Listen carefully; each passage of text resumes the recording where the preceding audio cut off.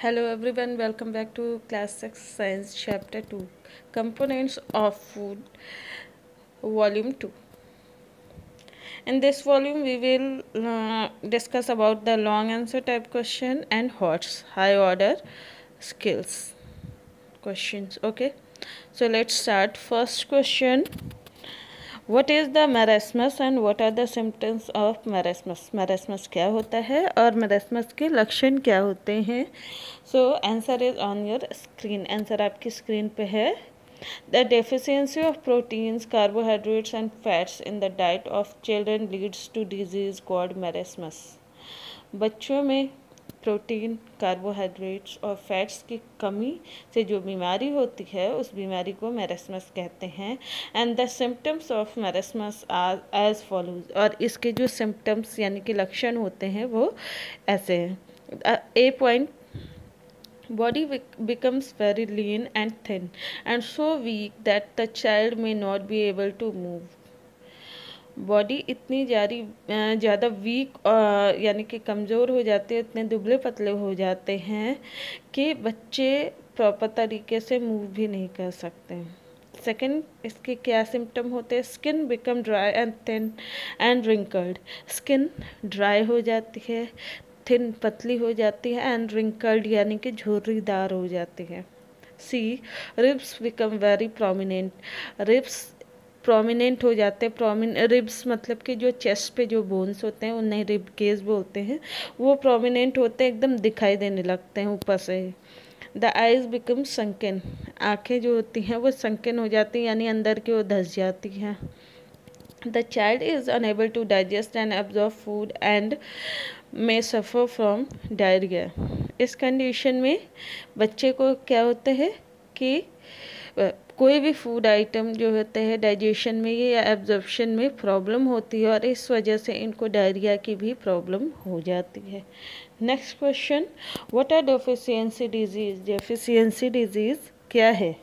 Name 3 deficiency disease and also write their causes and symptoms. 3 deficiency disease का नाम बताने हैं, उनकी क्या रीज़न है, क्यों ये होते हैं और उनके सिम्टम्स यानी कि लक्षण क्या हैं. So let's see.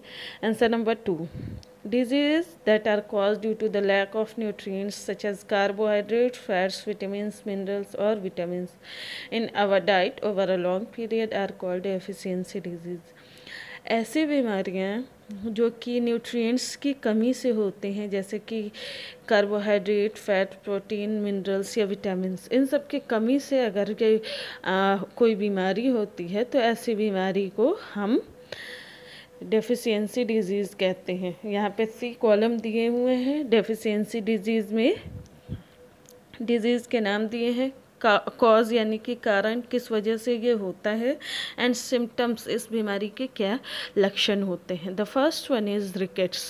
रिकेट्स किस वजह से होता है? Lack of vitamin D. Vitamin D की कमी से होता है. और रिकेट्स के सिम्टम्स, लक्षण क्या होते हैं? Softened and bend bones. Bones जो होते हैं वो सॉफ्ट हो जाते हैं और मुड़ जाते हैं. Bowed legs due to malformation of leg bones, pains in bone. इस लेग्स के जो बोन्स होते हैं वो मुड़ जाते हैं. क्यों? क्योंकि लेग के बोन का सही तरीके से फॉर्मेशन नहीं हो पाता है और बोन्स में पेन भी होता है.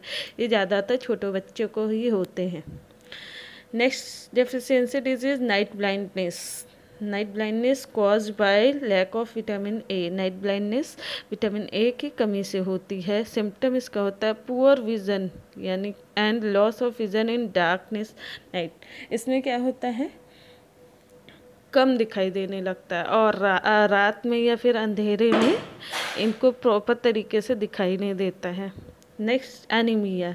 Anaemia is caused by lack of iron. Anaemia यानी कि ब्लड की कमी होती है. ये किसकी वजह से होता है? आयरन की कमी से होता है. सिम्टम्स क्या होते हैं?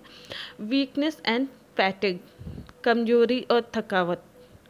लॉस ऑफ वेट, वेट में कमी होना. पेल स्किन यानी स्किन पीला पड़ जाना.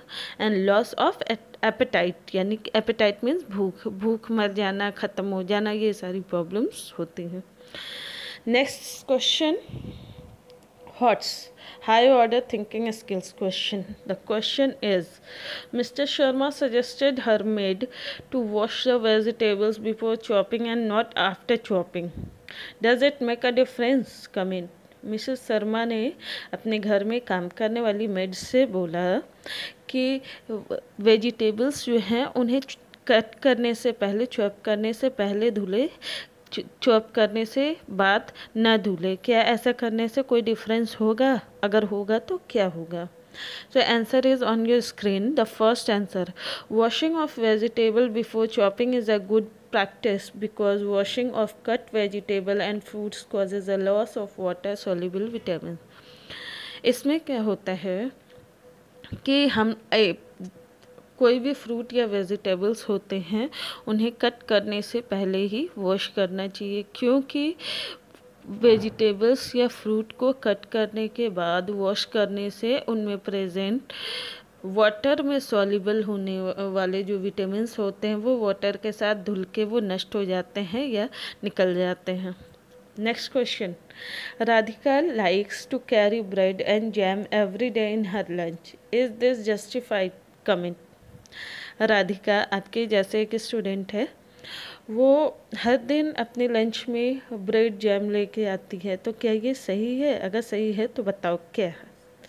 तो answer, second answer, eating bread jam every day in lunch is not healthy because bread and jam only provides carbohydrates and not any other components of food. हर दिन ब्रेड और जैम लंच में खाना healthy नहीं है। क्यों? क्योंकि bread और जैम खाने से सिर्फ आपको कार्बोहाइड्रेट मिलता है, अदर फूड के जो कंपोनेंट्स होते हैं वो नहीं मिलते हैं। That is why we should always eat a balance diet. इसीलिए हमें हमेशा बैलेंस डाइट खाना चाहिए। बैलेंस डाइट वो डाइट जिसमें कि ऑल न्यूट्रिएंट्स प्रेजेंट हों इन राइट प्रोपोर्शन, यानी कि सही मात्रा में प्रेजेंट हो, वही हमें खाना चाहिए। Okay, now exercise 2 completed. Thank you.